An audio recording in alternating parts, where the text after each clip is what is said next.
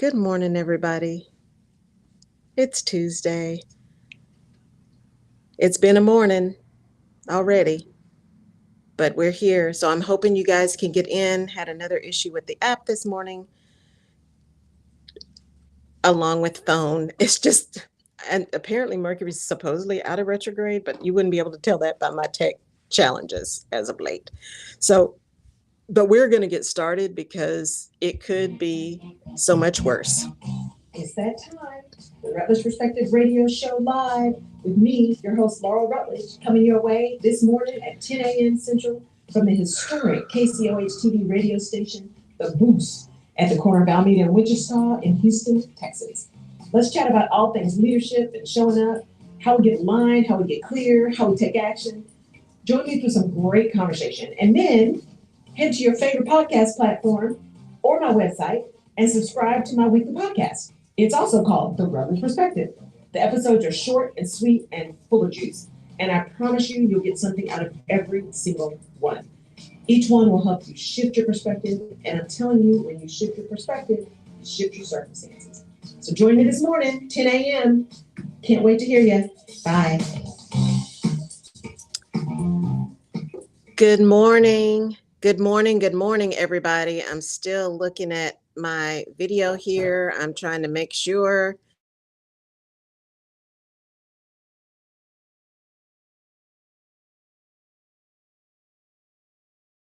But I don't see anybody in the chat again, so we shall see. I think I'm about to leave Melon and go back to StreamYard because this will be the second week in a row with an issue on the platform. So yeah, not to mention Apple issues. And it's been an interesting tech week, and it's just Tuesday. But today, in this moment, we are going to be talking about courage and conviction and cowardice and all that kind of stuff. And we'll do some shout outs later, because today of all days, I sure appreciate y'all being here. Hopefully somebody's seeing me somewhere. And yeah, and we'll just take it from there. So, well, I see one thing came up. So somebody's seeing me somewhere. Thank you so much. If you can send me a chat, that'd be great. Just so I know who it is and where you are, because I don't know what's going on with Melon today. But thank you so much for being here, all of you. So I am Laurel Rutledge. I'm your host of the Rutledge Perspective Radio Show here on KCOH TV Radio, The Boost in Houston, Texas, the historic station here on the corner of which. Just excited to be here. So, okay, so here's what we're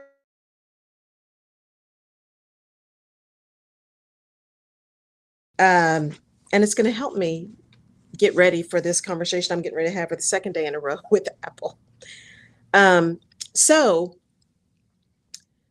I listened to two podcasts this weekend, two different podcasts or two different episodes on a podcast called Wisdom from the Top by Guy Raz. Now, I really enjoy Guy Raz and his interviews. He interviews some really great guests. He's got another one called How I Built This, which is all entrepreneurs.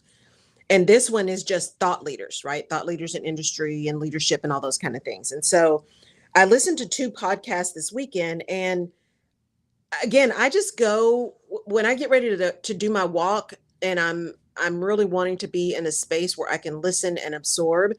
I never know what's going to come up to listen. I just kind of go through and pick something, and it always ends up being the thing I needed to hear at the time. Good morning, Dr. Hickman. Thank you for letting me know you're here, coming through Facebook. At least I know it's alive on Facebook. So thank you, Dr. Cynthia. I'm going to do my best today, honey. I'm going to do my best. So the two that came up this week, the first one was a guy and so I'm going to tell you about them in a demographic way, and then you'll understand why in a minute. So the first one was from Chad. I believe his last name is Rogers or Richards. I knew I'd forget it because something's going on. Was from him on Saturday, and he had a podcast. Black Man was the first one, the first interview. He wrote a book called Black Magic, Black Leaders Who Learn Through Trauma and Triumph. I probably butchered that title, but the first part is called Black Magic. So the first podcast that I listened to on Saturday was from him.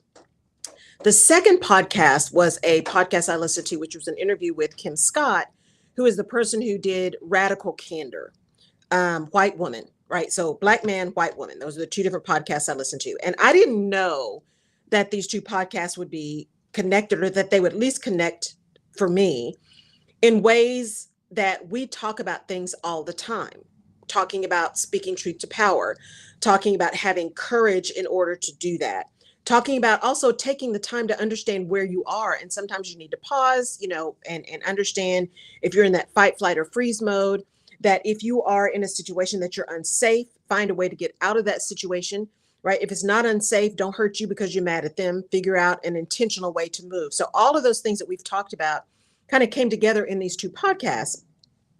And so the reason I tell you about their race and gender is because, and I'll explain a little bit more, is because their perspectives on cowardice, courage, candor, all of those kind of confrontation, the perspectives they have on those things are great if you are them. If you are a different demographic, it doesn't necessarily work for you. And that's what's so important, and why I call the show The Rutledge Perspective, is because you need to get these other perspectives and then understand how it may or may not impact your own. But it's important to understand the other perspective so that you can understand yours, and so that you can decide if you need to shift yours or not. So we'll start with Chad first. So he grew up in the DMV, right outside of Washington, D.C., a neighborhood that was mostly Black, had a really strong community. Good, solid, Black family. Both of his parents were educators. He had a Black church, Black community, all these kind of things, right? And then at one point they moved into the suburbs, but his parents, who were really focused on education, actually sent him to schools that tended to be predominantly white. So he was not the only, but one of very few. And that's when he started to begin to encounter racism, some blatant, some not so much. And one of the stories he tells that was so poignant, and I didn't mention this on the podcast recording that I did, but he tells it that's so poignant, is he and his friend, who happened to be white, he was staying over at their house. And his parents had told him at one point, you can't go to these people's houses. We don't want you in their houses because we know, who's got guns, who doesn't have guns. We don't know what's going to happen to you when you go in their houses. So you're not allowed to be in their houses.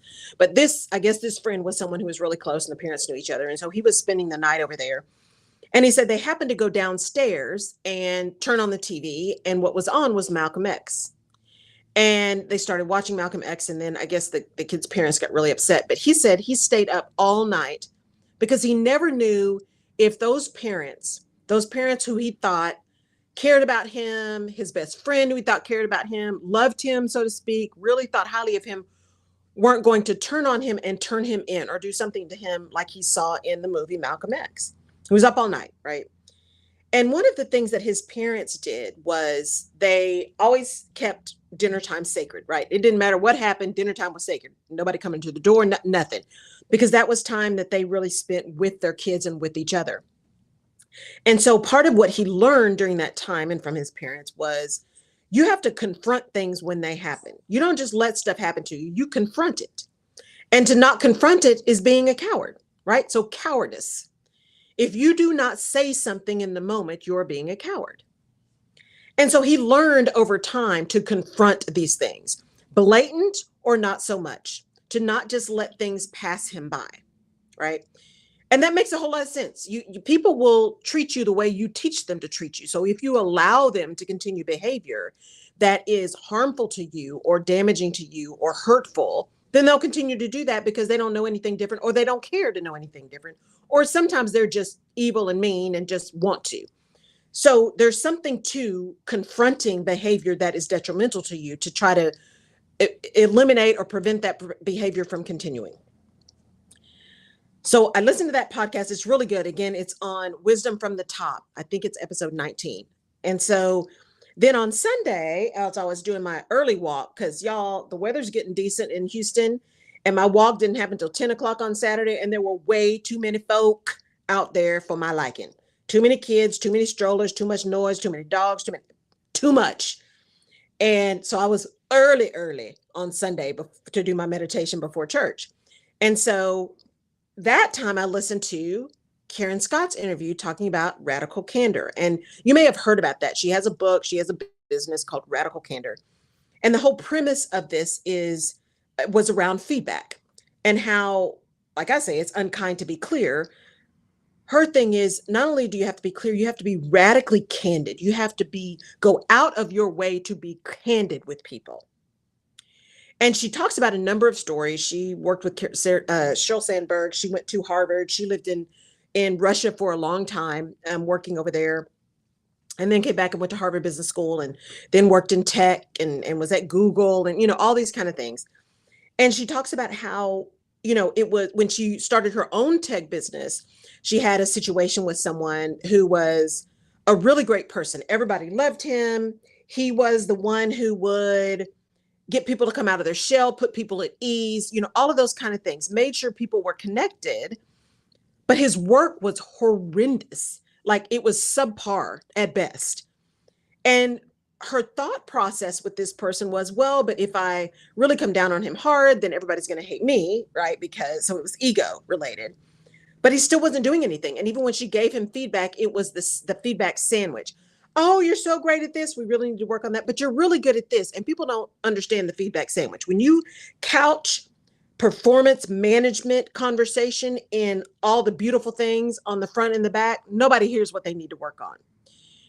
And so she talked about how ultimately what happens, even if you think that it'll be bad if you let this person go that everybody likes, people also see when people are not performing. And that becomes about you as a leader, not about the person. They want to know when you're going to move and when you're going to make something different, because you're teaching them how to behave and what you will accept. And if you accept mediocre, you're going to continue to get mediocre out of people. So she talks about how, a situation at one point where she was giving speeches and all this kind of stuff. And I just actually said the word because I was thinking in my head. She said a lot. And so she was getting feedback that said, what do you think about having a speech coach? You're doing lots of presentations, lots of things in front of clients and in front of teams. And it can really help with those filler words. And her response was, I don't need that. I've been doing this a long time. And she said that a couple of times. And finally, the person who was giving her feedback said, okay, what I recognize is that I need to be clearly extremely direct with you. And she said, when you say every other word, it makes you sound stupid. So we're going to get you set up with this coach, this speech coach. And she said, it really took me aback because it was so direct. But what was happening is she wasn't listening, right? She wasn't listening to the feedback. And so the person realized, she's not listening. I got to be more direct. And at the time she was at Google, and Google, she is very quick to say she recognizes and is not undermining the fact that many people have had very, very bad experiences at Google. Her experience was not a bad experience. It was a good experience. She learned a lot. She has great mentors. She found it to be a place where you could be candid. You can give good feedback. And in fact, she went into places where it was like, the noisier, the better, right? And so she talks a lot about, you have to be candid with people. You have to tell people what you think. You can't create systems of yes people, stuff we've all talked about. So Chad talking about confronting people, and if you don't confront them, it's cowardice. Kim Scott talking about, you got to be candid with people or you're not a great leader. You got to let people know, you got to be direct. Here's the challenge. If you're making a conscious decision not to confront something, that does not automatically make you a coward. And when you show up like this, Black woman in corporate America, that can, thank you, Dr. Cynthia, Black Magic, Chad Sanders, thank you. If you show up looking like this, your candor, because of the bias of the other person, can immediately be seen as aggressive, not assertive, and lack of willingness to be a team player, all the things, all the biased things, right? So candor does not necessarily come across as candor, depending on the package out of which it comes. So radical candor sounds real good, just like leaning in sounds real good, depending on who you are. And that's why I told you Black man, white woman. The same thing when you talk about confronting people, right? And that it's cowardice if you don't confront. Depending on how you confront, that can be seen. Now, for Black men, that can also be seen as this, depending on his stature, big Black man, if they raise their voice a little bit, then they're aggressive and they're attacking someone, right? Black men have to be careful too in corporate America. But this whole idea of being very cautious and being cognizant of confrontation, courage, candor, and cowardice, those 4 C's, is really important as you think about how you're going to show up and how you're going to engage with people. Why? Because you have to be cognizant of the environment that you're in and also cognizant of the spirit that you're in at the time. So if I am seeing something, someone is being really passive aggressive towards me. Every time I say something, they just pass over it. When I say something and somebody else says the same thing, then they take their word and pretend I'm not even there. I don't get invited to meetings, whatever the thing is, right? If I am sitting in a place where that kind of behavior, if I confront that behavior, that it automatically, I'm the problem, then is it cowardice? Or if I know that and then I make a strategic plan to confront it in a way that's heard, does that really still make me a coward, or does that make me strategic? Does that make me someone who is moving with intention in order to give myself a better opportunity to get the outcome that I want, right? Sometimes we do have fear. A lot of times we have fear. And even if you decide to confront, you may be confronting with still some fear. But how you confront is a key piece of candor and courage and confrontation. The how piece that moves you away from cowardice into action is really important. And so for you to understand whether you're just being a coward, and I would argue that the real cowardice lies in the people who see the issue and refuse to say anything, not in the person that is the victim, not in the person who's involved in the conversation, but the person who's the standby, right? The person who's the bystander and says nothing, who choose to be silent, right? They say, if you choose, what was it, Martin Luther King that says, if you, or was it Desmond Tutu? If you choose silence in the face of the oppressor, you have chosen the side of the oppressor. I'm sure I butchered that too. In other words, if you stay silent, you've said it's okay. Silence is consent. That's what that means. Silence is consent. So I would argue that the real cowardice is on the part of people who also see the same thing and refuse to stand up, who refuse to confront. Because more than one voice, when you are multiple voices, that connection, that community, that's powerful. That is powerful.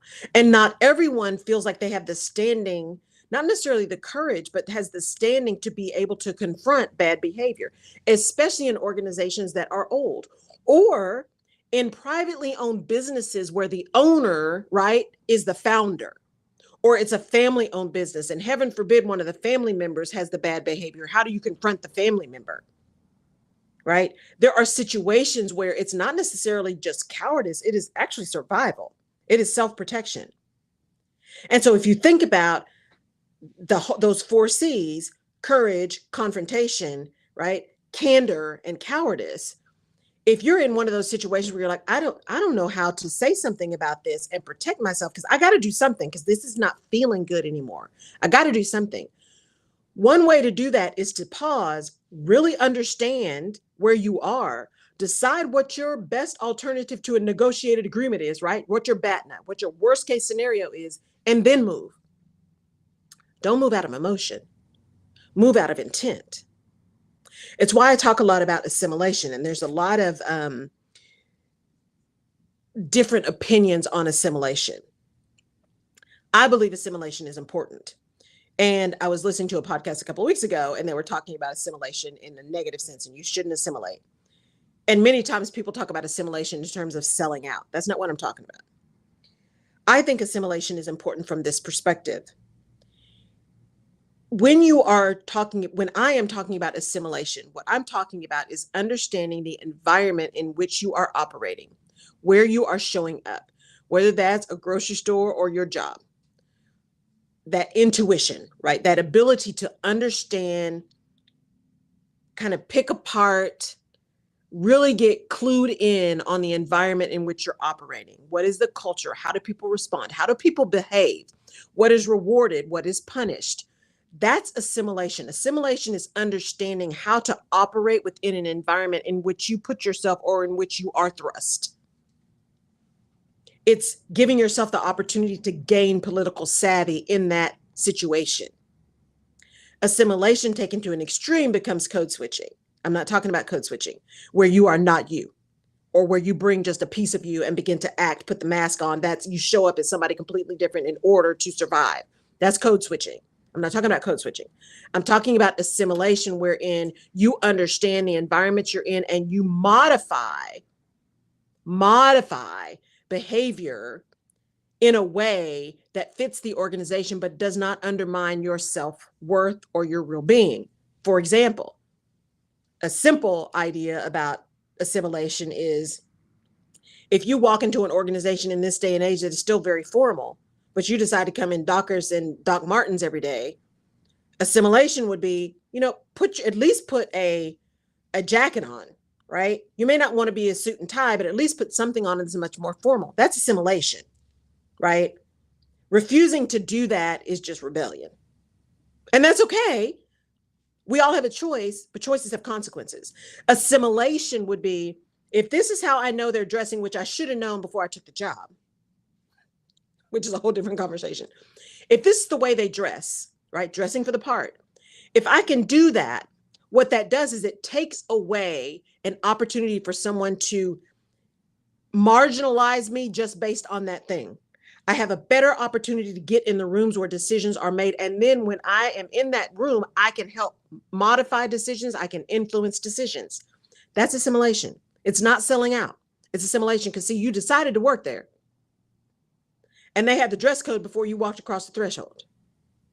So you can be rebellious. You can absolutely be rebellious. You can refuse to do those things. Absolutely. That is your choice. That is your right to do that. And you've got to understand what the consequences are of that decision. And that's okay too, as long as you understand what it is and you're willing to deal with those. So there's a level of assimilation that is not cowardice. It is deliberate. Just because you choose to do what you have to do to get along, or do what you got to do to you can do what you want to do, that is not cowardice, right? Cowardice is cowering. Cowardice is, I am completely afraid to even open my mouth. Every time somebody looks at me, I'm going to bow my head. That's kind of that cowardice. Cowardice is a bystander refusing to say anything that you know is wrong. Character is doing the right thing even when no one's looking, right? Cowardice is different. And so having a lack of candor or refusing to confront does not automatically mean that you are a coward. And I am not casting dispersions on Chad Sanders. I don't think he meant it in that extreme. Again, he was talking about how the messages that he received that have given him an ability to move through this world and to confront those things that he sees, the strength it gave him to confront. Not everybody is given that foundation, right, as they're growing up. Not everybody gets that support when they're growing up, right? Not everybody has that. And it's okay. How can you confront wrongdoing? Because at the extreme of confrontation is activism.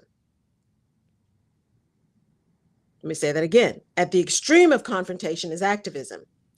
At the extreme of activism is violence, right? And so many times, depending on your environment, which is why assimilation is important, depending on your environment, simply saying can get you a label as an activist. So your decision is, do you care? Do you care? Or is correcting the wrong, or at least bringing the wrong to light, more important than your ego? Candor, good candor, effective candor is about impact on a situation or a behavior that is untenable. It's not about ego. Candor is about changing something that needs to be changed, about giving feedback so that someone can continue to be successful or can right a ship. That's what candor is about. Radical candor, as she defines it, right, is very much being willing to be candid in any situation, which makes a lot of sense.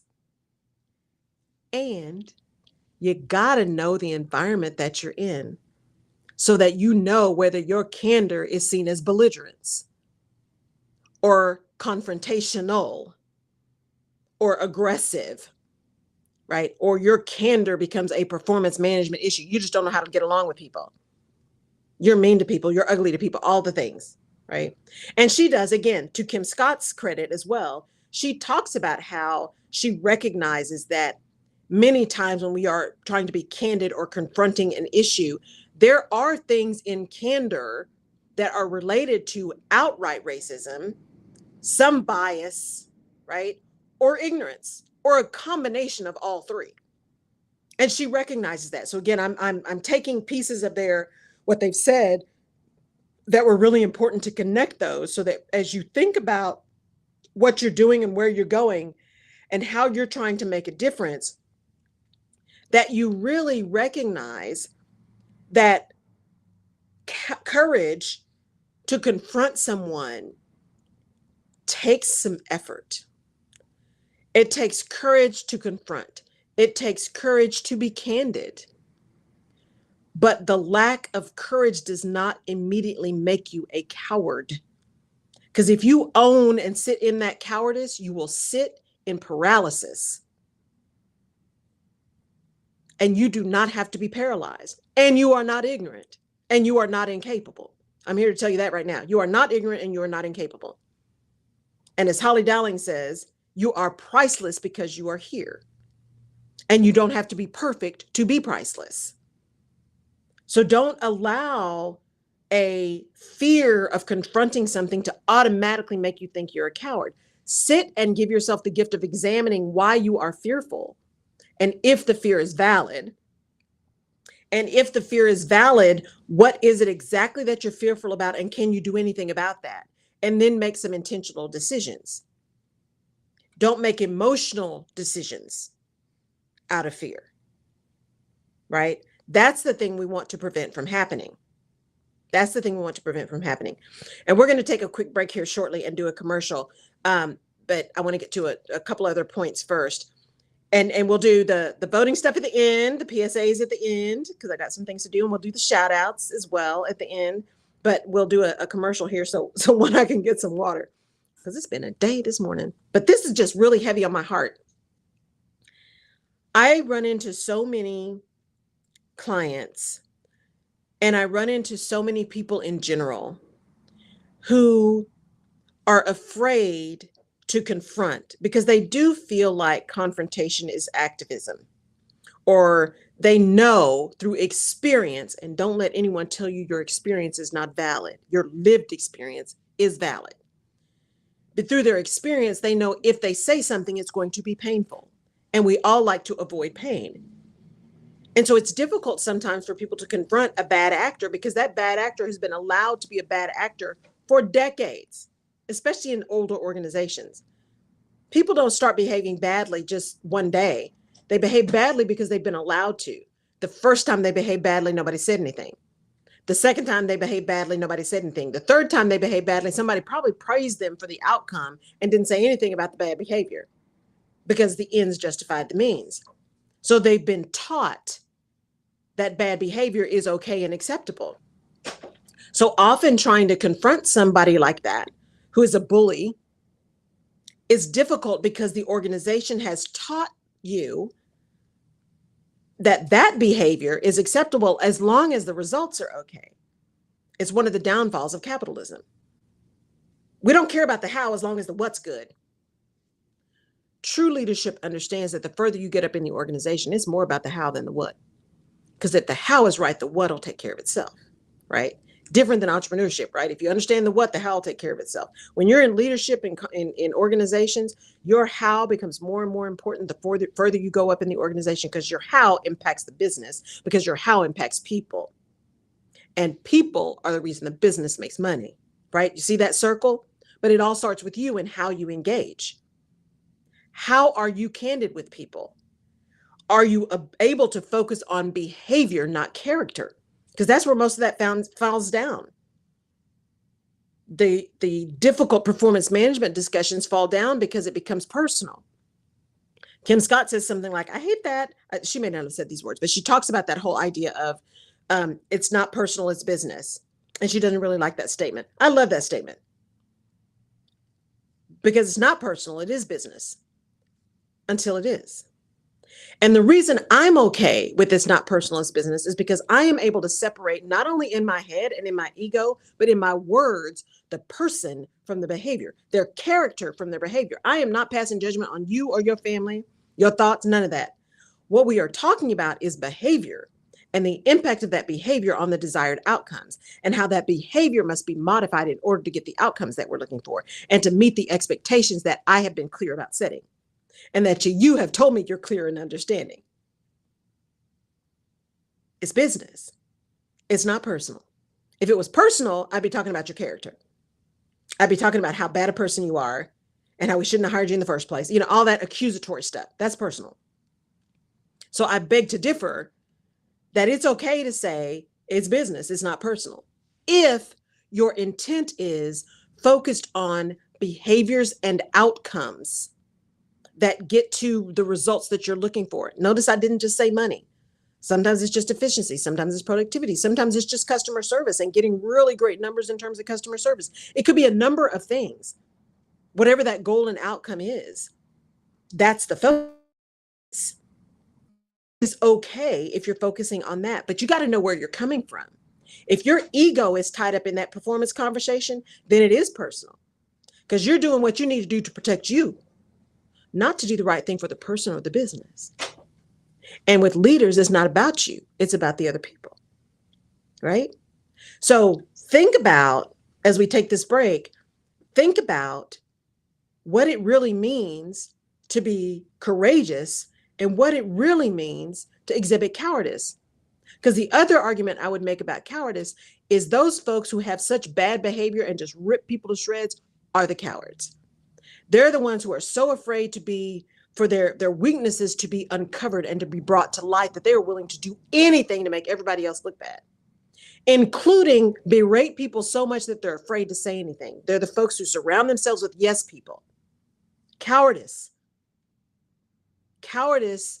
suggests that you surround yourself with people who only tell you what you want to hear. Because if they tell you what you don't want to hear, you have to address your own shortcomings. You have to address your potential failures. But if you surround yourself with yes people, you don't have to do any of that. And when it goes wrong, you can blame somebody else because, see, that wasn't me. That was other people. Because I know people told me how great I am. Because they're afraid to tell the emperor he has no clothes, right? Cowardice and courage are not necessarily mutually exclusive. And you are not automatically a coward because in the moment you decide to take a pause and think before you say something. Or take a long pause, take a minute, take a week, take a month before you say something. That's not immediately cowardice. Sometimes that's what you have to do in order to confront effectively. All right, let's take a quick commercial break while I get some water. We'll be right back. Hey there, it's Laurel Rutledge, the host of the Rutledge Perspective Radio Show, live here on KCOH, The Boost in Houston, Texas. And I want to hear from you. So many have reached out to connect, so I'm giving you an easy connect button. Head to laurelrutledge.com and you'll find a link to schedule a call with me. And for those of you in my global audience, I do work virtually and I will travel. Love a good plane ride. And if that's the best way to be of service, I am there. So head on over to my website and let's connect. I can't wait to talk to you.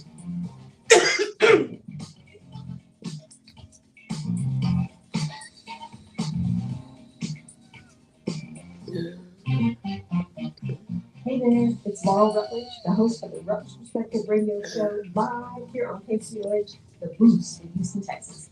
And I want to hear from you. So many have reached out. Hey, yes.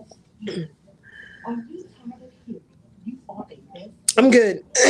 All right. I'm so glad we found you. Well, let's take you the boost that you go from being a best kept secret to becoming the talk of the town. With affordable advertising that reaches locally and globally. Give Jerry PBZ a call today at 713-319-8347 and allow her to help push your product and vision to where it needs to go. Together, we win. Okay. Sorry about that, guys. Water went down the wrong way and I couldn't breathe for a minute. That's kind of scary.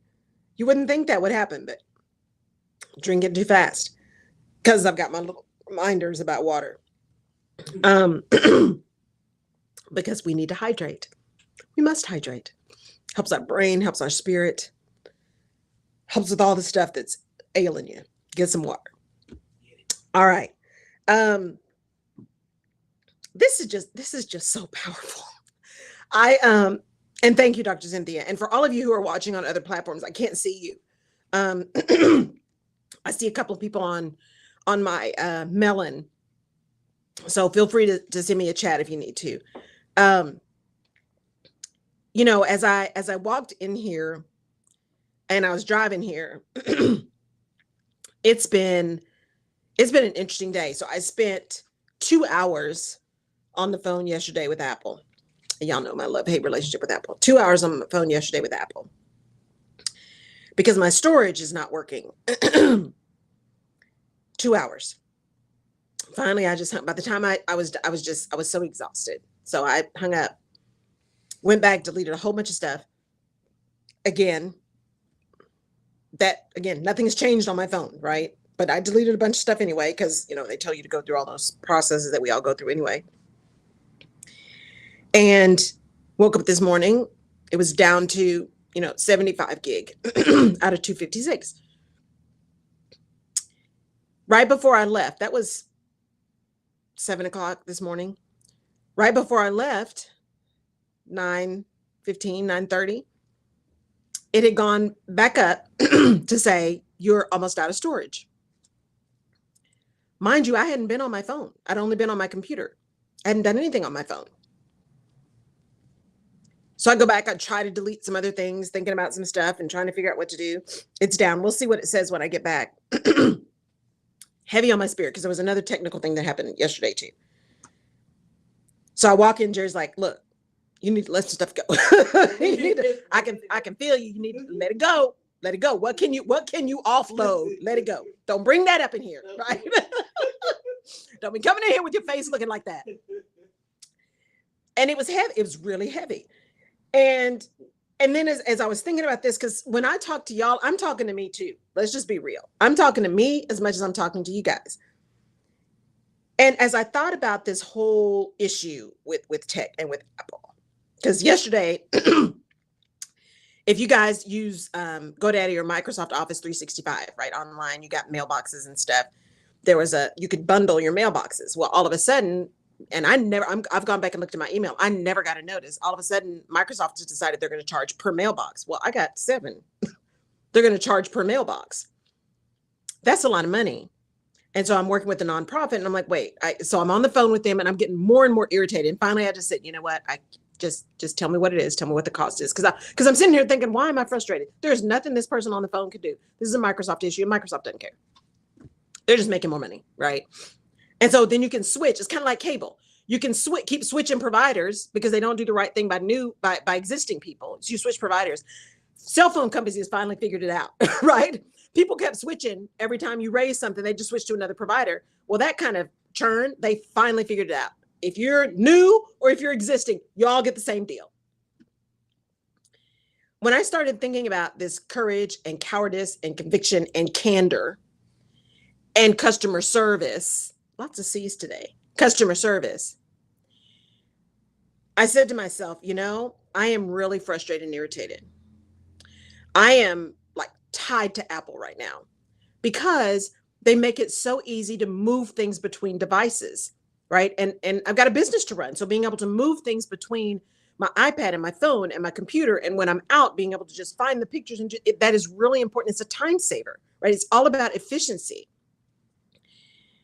And yet, it is the most inefficient process when something goes wrong. The most inefficient and the most ineffective. So even as I was talking to my mom, she's like, maybe you just make an appointment and go in. I'm like, no, we don't need to actually go in and be sitting with a person. That's a bad idea. The phone is probably the best for me at this moment. Chat, not so much, because I get so frustrated that my chats don't even make sense. So phone is probably the best option. I don't need to be sitting in somebody's face. That could not go well for either one of us. But that confrontation and that candor in that situation What does that mean? Because I can confront the person on service and tell them how much it sucks and how much they suck and how it's not reasonable. And I can go all off on this person and confront them and be candid with them about how irritated I am. What good does that do? Absolutely zero. Absolutely zero. What I can do is say, no, we're going to be candid and I'm going to confront this issue because this was a lot of money. And my expectation is that the technology that I buy works. So we're going to call and we're going to get somebody on the phone who is actually a senior specialist. Don't send me, I love you, mean it, but I can't waste my time talking to you. Time is money. So put me a senior specialist on and we're going to figure this out because this makes no sense. And I am not the tech expert in this device, but the person on the phone is supposed to be. So the candor is about, I need you to use your expertise because I've already spent my money. So I need you to figure it out. And if you can, I need you to find somebody else on the phone who can. That's just the way it needs to be, right? And the answer is not buy a new phone. That's not the answer. It's just not. So we got to find a solution because that's what leaders do. And so that candor that I have has got to be delivered in a way that I recognize that the person on the other side of the phone has got nothing to do with Apple. They didn't buy the phone. They didn't build the phone. They didn't build the technology. Hopefully they got some decent training, especially if they're a senior tech. But the way I am candid and the way I confront them, I need to keep in mind what is the outcome I'm trying to get and who is the person I'm talking to? What actually is their capability to deliver a solution? Because otherwise, all I'm doing is making myself mad and upset and frustrated, right? And what's the point in that? Because then I leave still irritated. So that connection of candor and confrontation has some contextual pieces to it.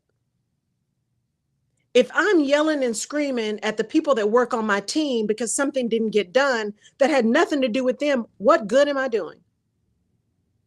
If I didn't set the clear expectations and therefore they didn't do what I asked them to do or expected them to do, why am I yelling at them? They didn't have the information. Maybe they didn't have the capability. Something may have happened, but it didn't get delivered. And some of that's on me. You got to start with you when you're ready to confront somebody. What did you do? How did you contribute? And then how do you keep that in mind when you get ready to have this conversation? And how do you fix your attitude and fix your face, right? Because I say that for all of y'all because I can't fix my face. I don't have a poker face and I'm not getting one. At 54, I'm not getting one. I don't want to spend the time to get one. But what I can do is fix the words that come out of my mouth and the tone that I use. That I can do all day long. And I've learned to actually listen to myself when I fix that tone.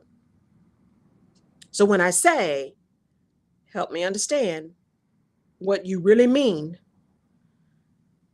I really then listen. Because years ago, I'd say, help me understand what you really mean. And I'm off to the next thing because, see, I just think it's stupid. And there's nothing they can say that can convince me that they know what they're talking about. What I've learned is by listening to the response to that question, I actually gather more information to either bolster my argument or to teach me something. I had an issue with a doctor's visit that was supposed to be covered by insurance, and it wasn't. And I went back and forth and back and forth and back and forth. And finally the woman said, I said, look, I'm not going to have y'all send me to collections for something that was a mistake on y'all's end. No, we're putting it on hold. And I said, okay, but I don't know what that means. It's on hold. I said, okay, let me rephrase. I understand the words that you are saying. I know what on hold means.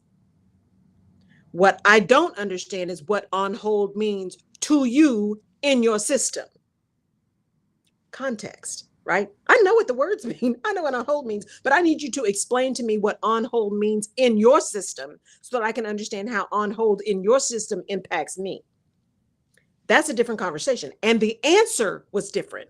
So when we are all caught up in frustration in our candor, frustration in our confrontation, we don't hear. We don't hear because we're really angry and frustrated. That's why they tell you, especially with women, when women get quiet, that's when you know there's a problem. When they stop arguing, there's a problem. Yesterday, when I got done with 2 hours, by the time I was done, my response to everything was just okay, okay, okay. Can I do anything else for you? Nope. Are you sure? I'm absolutely positive. I hope you have a better day than I've had today. Click. Because I was raising my blood pressure behind somebody who couldn't do anything different than what they were doing. And it wasn't working for me. It just wasn't working for me. And I needed to find a way to get to a solution that they in the moment weren't able to provide. And I couldn't do that by continuing to confront them from a place of frustration. My candor was truly heated confrontation, not candor for an outcome of a solution. Not by any stretch of the imagination. I wanted a solution. I wanted them to fix it. I wanted to not have to spend 2 hours of my time that I can't get back because time is not renewable. I didn't want to do that. I wanted that to be done. I wanted that to be over. I wanted that to not have happened. And the person on the other end of the line couldn't do anything about that. They had something to do with it because the level of competence, but they couldn't undo it. Should have ended the chat sooner. Should have asked for a senior supervisor sooner, right? All of those things. And when I ended the chat, I said, this is not going well. I need you to put me on with the senior supervisor. Okay. So today I will go in directly with the senior supervisor. That's what we're doing today. We're just going to start there. And we're going to start with, don't start me with restart. Don't start me with reset. Don't start me with that mess. Been there, done that. I need you to do your job and figure out what's going on. I'm telling you everything that I've done, every single thing that I've done. So you need to figure it out. Go look at whatever you need to look at and figure it out. Because those solutions are not the solutions that I am willing to deal with and lose everything again. So as you move through, and especially because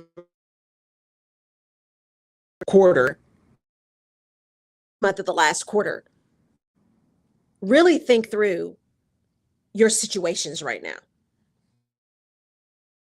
What situations look like? Am I being candid? Am I being confrontational? How am I doing that? Do I have a little bit of cowardice, or is that cowardice really just fear that I need to figure out how to move through and do it afraid? What am I dealing with in these 4 C's? And where is the environment in which I'm dealing with it? And what do I need to do about that? Right? Those are the kind of questions to ask yourself. And as you practice doing that, it gets faster and faster. It gets to be automatic.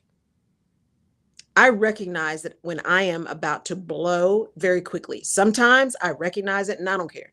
It's just going to happen. I've had it. But other times I'm able to just say, and I will tell people, you know what? I'm going to have to call back. I know that means I'm going to be on hold, but you are raising my blood pressure and I'm not going to have a stroke behind your incompetence. So I'm just going to call back. You have a better day than you've given me. Right? Now that's passive aggressive, but it makes me feel better in the moment. Right? And I haven't cussed him out. I haven't done any of that. I have expressed my discontent. And I always say, I need you to make sure all of this is in the notes. Every single thing, because I'm not starting over when I call back. So make sure everything's in the notes. So I want you to really think through when you have to confront someone or something, how do you do that in a way that gets to the outcome that you were looking for? How do you do it in a way that is courageous and candid about the real issues and less personal? Because when it's personal, that's when stuff starts to get ugly and go off the rails. Jerry and I have been talking a lot lately about how things are just moving different now. People that you allow in your space. I think you posted today, Jerry, something about being careful who has access to you. Exactly. Yeah. So, you have to protect your peace. One of the things that I just did, I was telling Jerry, I resigned from some things. I had to protect my own peace. It just got to be a point where it was way too frustrating and too irritating for me. And I could not show up with joy. I couldn't show up with excitement. And that means it was time. It only takes one person to change a relationship. And because I couldn't show up that way, it was time to make a change. And I could change it. It only takes one person to change a relationship. I could change it. So I no longer have to be in that situation where I have that level of frustration and irritation and just downright, I can't believe this. Can't believe it. And so frustrated. I have a choice. I just don't put myself in that situation anymore. And then it allows me to maintain a level of friendship and love and excitement and all of that kind of connectedness with the people in the organization that I love dearly, in the organization that I love dearly, because I am not in the bowels of the day-to-day operations that make me insane. You got to do what you got to do to protect you. And that includes thinking clearly and effectively and honestly about confrontation, about courage, about candor, right? And about cowardice. How are you showing up? How are you showing up? Jerry, because we've been talking about this a lot. When you think about some of the confrontations in quotes, right, that you've had to have lately, because we talk about that all the time. People always asking you for stuff or coming up late. And how do you confront in a way that's effective and not just nasty? Well, I'm dealing with that now. I know that there's a person that I have to confront about something that I just found out later, but I don't rush and do that because I know my temperament and I know that I can really say some harsh things and have you in a corner crying for your mom. But, so I take a woosah and I breathe deeply, but don't keep poking the bear. So a lot of times I say, listen, there's something I've just came to my attention and we need to have a talk. It won't be at this time right now because I don't trust me. But I want you to know that I do want to talk to you. And so I'll be reaching out to you real soon. And I do that. And 9 times out of 10, when I make that reach back, I'm not infuriated. I'm not bothered, but I am done. But I can say it in such a way that they understand. I understood what you did. That's good. But I'm done at this time. That's so good. You can part your ways. Now, if you keep on coming back, then I don't know what to tell you. Because I really, and that's why I told you when you walk in, don't come in with all that. Right. I do a lot, to keep me together. Okay. It's work. It is work to keep a good attitude in this world, y'all. It is work to keep a good attitude, to stay in joy, to stay in possibilities, right? To stay understanding who you are and whose you are. It is work because people will work you. They will test you. As Jerry said, don't poke the bear. They will test you. People will test you. Your colleagues will test you. Those people who've been nasty to you all the time will keep being nasty until you back them up. And then they get all their feelings hurt and surprised when you say something. Stand strong in your convictions. You don't have to allow yourself to be mistreated. You do not. I don't care who's paying you and how much they're paying you. There is not enough money in this world for you to allow yourself to be mistreated. Now, does that mean sometimes you might have to stay still for a minute until you can make a plan? Because I don't want you to hurt you because you're mad at them. Absolutely. Sometimes we just got to be still, but know who you're dealing with and make a plan, make an exit strategy, but don't sit in misery because you think you don't have a choice. You always have a choice. Some choices are good. Some choices are bad. Some choices are easy. Some choices are hard, but you always have a choice. You just got to understand very clearly what are the consequences of the choice I'm about to make so that I can manage through that, right? I can be convicted about that. And then I can be candid in my confrontation of the madness. You owe it to yourself. Just like what you said, when you released some things, you got out of an organization that you needed, and you needed to be happy. And I was telling you that I just felt that the Lord was saying is take the pressure off. It's some things that we have chosen for ourselves. Yes. That if we have to work it ourselves, that's a lot of pressure. So there are some things we can look in our lives and say, hey, I'm putting too much pressure on this. Yes. Let me let that go. And that is not being, weak-minded. That's really protecting your peace so you can be a better person for other people. Because what you do, I think about you got the podcast, you have your other show that you do on a fireside, then you come and do radio. Yeah. This is all energy. Yes. And so you have to be very careful about your energy when you pour out to the universe because a lot of stuff is going on. I saw something on the podcast, somebody was saying retro, something about the energy. And I thought, Mercury in retrograde. Yeah. Supposedly it's out. Supposedly. You couldn't tell it by me. Yes. But then I noticed, a lot of technical stuff started breaking down for me too. So, and then last week when you left here, my car wouldn't start after you talked about your car. See? Yes. And so I said, that Laura stuff. But I'm paying more attention to it. So when you know that there are things weird that are Yes. happening, you really have to safeguard yourself and don't Yes. take on extra pressure that's not necessary. Absolutely. And you have to guard your spirit, especially if you are an introvert and if you're an empath like me, where you absorb everybody else's energy. You got to be careful what kind of energy you surround yourself with. Because all that stuff gets in, whether you want it to or not, it all gets in. And if it's not good energy, you need to let it go. Let it go. Love them from afar and keep it moving. Because I'm going to be so much happier and so much more able to participate and so much more joyful when I don't have to do anything else. When I don't have that pressure of some stuff, including pressure of dealing with inefficiencies and ineffectiveness and all of that kind of stuff. The same thing with this, with the phone, with customer service. When I put myself in the mindset that these folks are doing the best they can, I got to keep moving to the person that can actually answer it and not be mad at the other folks. I just got to move on and just tell them I'm moving on. Put somebody else on the phone and just wait. Be prepared. That makes it so much better. It makes your spirit so much calmer. All right, let's do some shout outs and then I'm going to do some voting stuff. Okay. We All got right. Venezuela. Yay. We've got Bolivia. Bolivia. Yeah. We've got France. We've got Mexico. We've got Brazil, Germany, Finland, New Zealand, United Kingdoms. Whew. We've got Panama City. You're going to have to read these names. Yes. We got Lisbon in here, but we do have some extra cities we've never Oh, seen on yay. here, so I don't want to butcher them. Right. We've got Wellington. We've got London. We've got Akron, Cleveland, Yay. Canton, St. Louis, Wow. New York, Charlotte, Chicago, Dallas, Fort Worth, Atlanta, Pittsburgh, Kansas City, Missouri, and also Houston, Texas, in big numbers.